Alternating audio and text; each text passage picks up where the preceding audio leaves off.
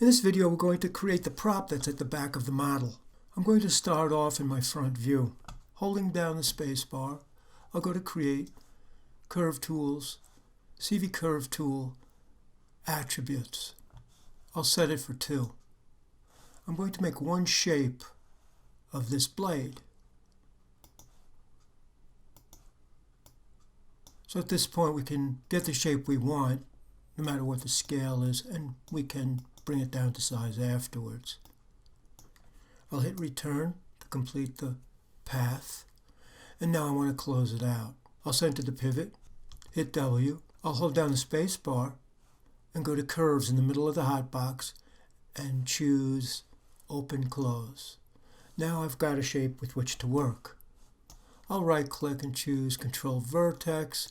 Maybe I'll start to refine this a bit.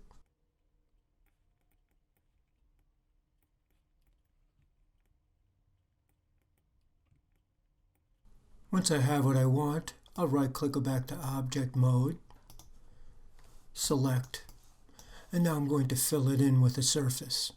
Holding down the space bar, I'll go to Surfaces and Planar. I'll go to Edit, Reset Settings. I want this to be a NURB surface because then I can twist it and get the shape I want and convert it to a polygon afterwards. I'll click on Apply and center the pivot again. If I would hit 5 on the keyboard, I can see my geometry is filled in. Going to the perspective view, I'll turn off my template and I'll right-click and choose Control Vertex. I'll select the top half, hit E, and I'll rotate it to put a bend on it, something like that. Right-click, back to Object Mode. And with it selected, I'll delete by type history. Now I'm going to convert to polygons. With the geometry selected, I'll hold down the space bar, and at the top I'll go to Modify, and then at the bottom you'll see Convert. The first choice is NURBS to Polygon. I'll go to the Attributes, and in here I'll click on Quads and Count, and I'll leave the default setting of 200 and hit Apply.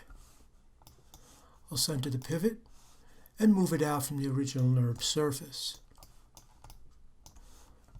Delete by type history and delete the original geometry.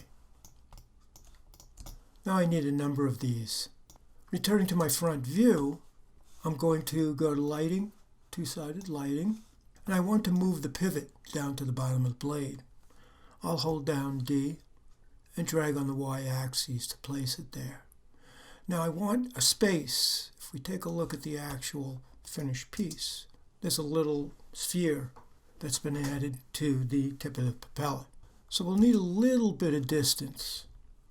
Now I'm going to generate the amount that I need. I'll put the template on again, and I'll hit 4 on the keyboard so I can see the geometry, and I can see that I need 6 altogether. So I'll hit Command D, and then I'll hit E to get the rotation tool.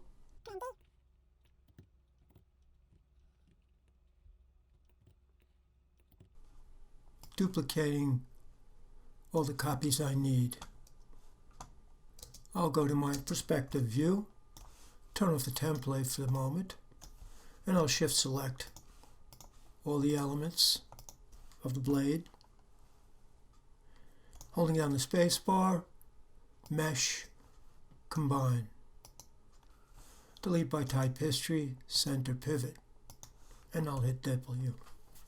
Now all we need is the bullet shape that goes in the center. I'll go to my front view, hit F on the keyboard to zoom in. I'll right-click and choose Create, Polygon Primitive, Sphere, and I'll drag a sphere in the center. I'll go to my perspective view now, hitting F. I'll now change it and make it more of an ellipse.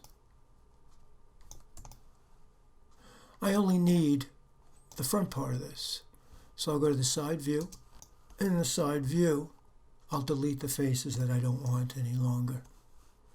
Right-click, choosing face. I'll select these, hit delete, and return to my object mode, and hit Command S to save.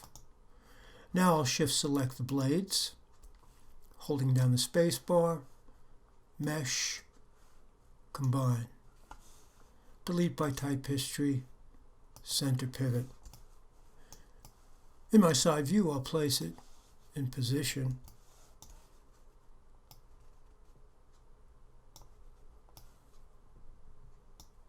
Holding down D, I'll move the pivot to the back of the propeller. R on the keyboard, and then scale it to fit. And something like this, perfectly fine. I'll now go to my front view to make sure that it's set up in the front view as well. Hitting A on the keyboard to see everything, I can drag this into the general area. I'll hit F to get on top of it, and then I'll line it up at the back of the tail. In my perspective view, I can confirm if that's the position that I want. And now the tail is complete.